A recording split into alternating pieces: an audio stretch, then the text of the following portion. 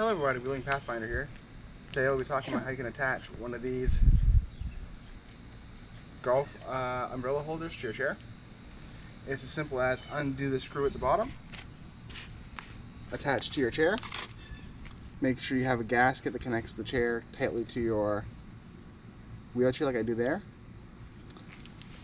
Next is to unscrew your umbrella hook up here. So you'll see simple right, tight, left, right. Drop the umbrella in, at which point you'll see this little slide pops open. Open means you're able to slide the umbrella down easier. Once it's down, tighten that back up, tighten this back up, get a good clamp, and if you find it's still a little loose in your chair like mine is, simply throwing a backpack on the back of it will help with that. So I'm going to actually throw mine on because I'm actually about to head out for the day.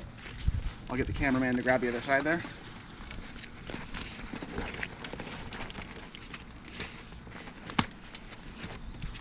Throw it over. And the pressure from the tightness of the bag will keep that from going anywhere. Alright, with that in mind, I'll catch you guys next episode. See you on the path.